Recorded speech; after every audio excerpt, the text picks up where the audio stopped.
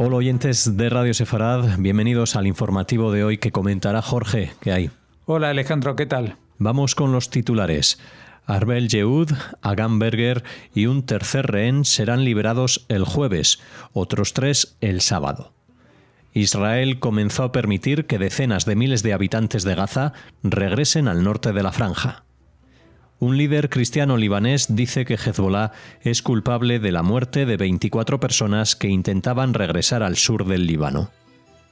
Irán compra varios aviones de combate Sukhoi 35 de fabricación rusa.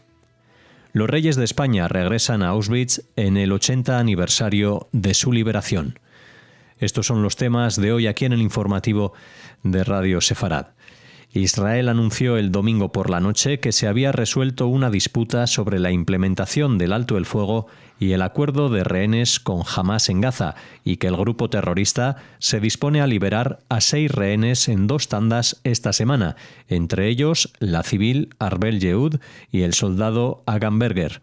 Jerusalén también dijo que Hamás había enviado finalmente una lista que detalla las condiciones de los rehenes restantes que serán liberados en la primera fase de 42 días del alto el fuego, que comenzó el 19 de enero.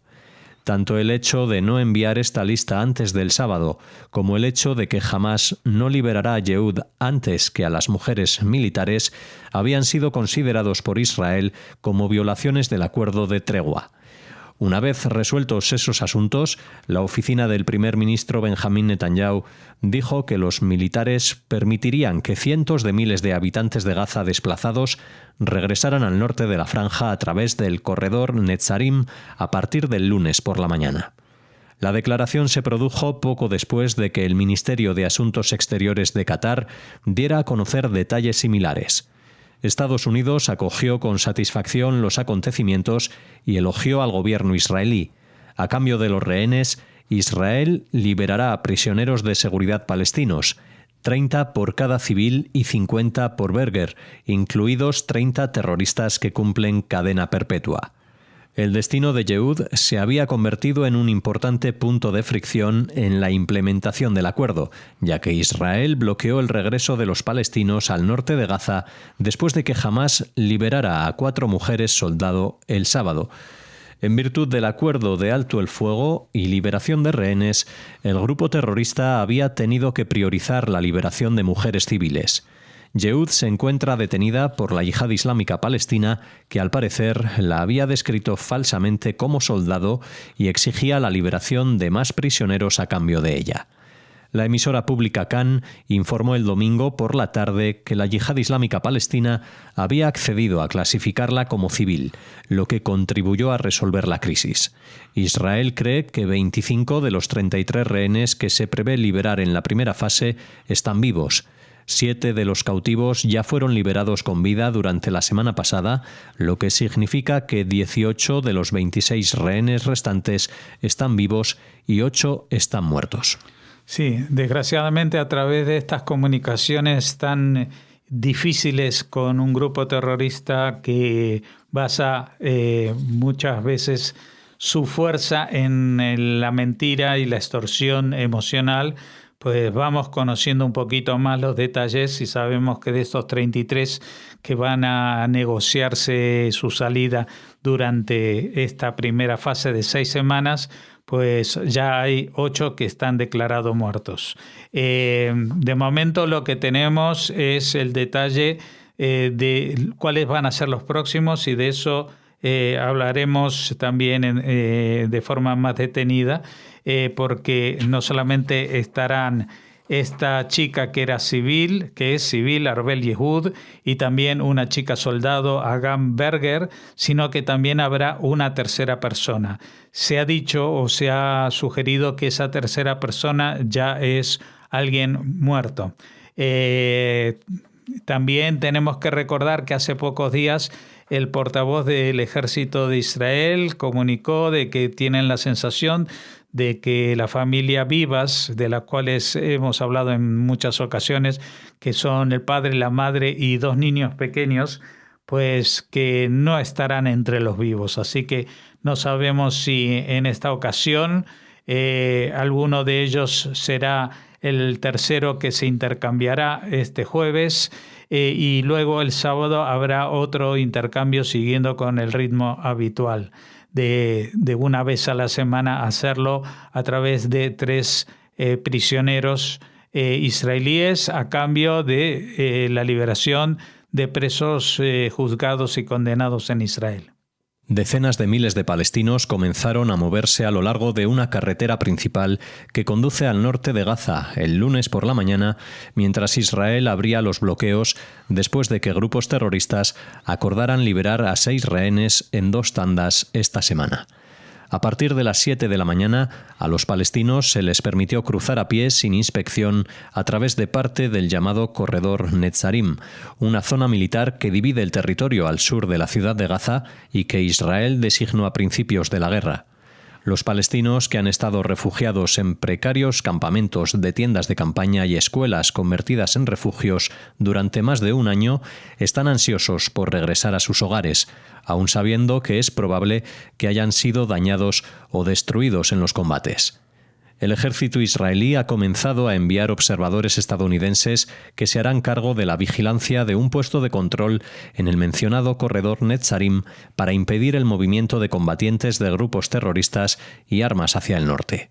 Según los informes y los términos del acuerdo, personal estadounidense armado de una empresa de seguridad privada controlará los vehículos que viajen hacia el norte por la mencionada ruta.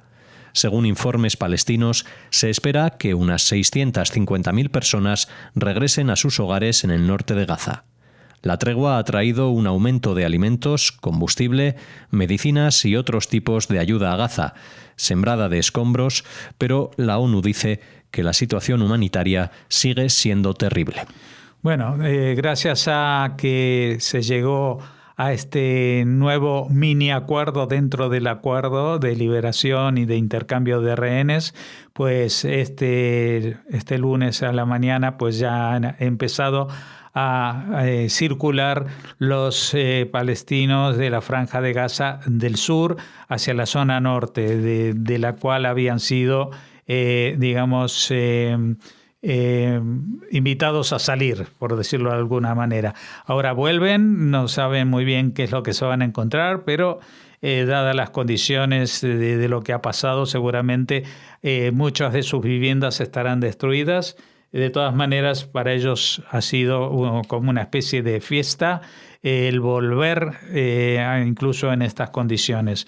Así que después de muchas esperas, pues están ya llegando a lo que eran sus ciudades, aldeas y pueblos y a sus edificios. El líder de un importante partido político cristiano del Líbano criticó a Hezbollah y al gobierno libanés por la muerte de 24 personas por fuego de soldados israelíes en el sur del Líbano, después de que el grupo terrorista chiita instara a los residentes desplazados a regresar a sus hogares, desafiando las advertencias israelíes. Samir Geagea, líder del Partido de las Fuerzas Libanesas, contrario a Hezbollah, afirma que el actual gobierno demuestra que no existe y el eje de la resistencia formado por Irán y sus aliados demuestra que no valora la vida de las personas. No duda en inventar nuevos acontecimientos a diario que utiliza para encubrir las tragedias y las pérdidas de vidas y propiedades que ha causado. Cientos de libaneses intentaron llegar por la fuerza a pueblos del sur cerca de la frontera con Israel el domingo por la mañana, desafiando las advertencias israelíes de que se mantuvieran alejados cuando venció el plazo original de 60 días del alto el fuego para que Israel retirara sus fuerzas y las tropas permanecieron en partes del sur del país. Según un oficial militar israelí, cientos de libaneses, entre ellos agentes y simpatizantes de Hezbollah que portaban banderas del grupo terrorista y de su jefe asesinado, Hassan Nasrallah, intentaron llegar a aldeas en el sur del Líbano mientras llevaban a cabo provocaciones. En la entrevista, Geagea sostiene que el gobierno libanés debería informar a los residentes sobre los sitios de los que se retirará el ejército israelí y aquellos de los que no lo hará, en lugar de permitir que algunos partidos exploten las escenas de residentes que regresan para su propio interés, causando la muerte de 24 ciudadanos. Sí, seguramente lo habrán visto en las noticias, estas escenas en las cuales pues una multitud pues intenta pasar por una barrera militar con banderas y símbolos de Hezbollah, y evidentemente no se les dio permiso para eso porque, entre otras cosas, el acuerdo de cese del fuego fue prolongado y no saldrá Israel de esa zona del sur del Líbano, a menos de no toda ella, hasta que no se den las condiciones, por ejemplo, de que el ejército libanés ya esté situado en todas las posiciones abandonadas y eviten el regreso de elementos terroristas, que es lo que pretendían hacer durante este domingo. Irán ha comprado aviones de combate Sukhoi 35 de fabricación rusa, según afirmó un alto comandante de la Guardia Revolucionaria, en medio de las preocupaciones occidentales sobre la creciente cooperación militar entre Teherán y Moscú. Es la primera vez que un funcionario iraní confirma la compra de aviones Su-35. Sin embargo, dicho comandante no aclara cuántos aviones se compraron ni si ya habían sido entregados a Irán. A principios de este mes, Irán y Rusia firmaron una asociación estratégica integral que no menciona transferencias de armas, pero dice que ambos desarrollarán su cooperación técnico-militar. La Fuerza Aérea de Irán solo tiene unas pocas docenas de aviones de ataque, incluidos aviones rusos y viejos modelos estadounidenses adquiridos antes de la Revolución Islámica de 1979.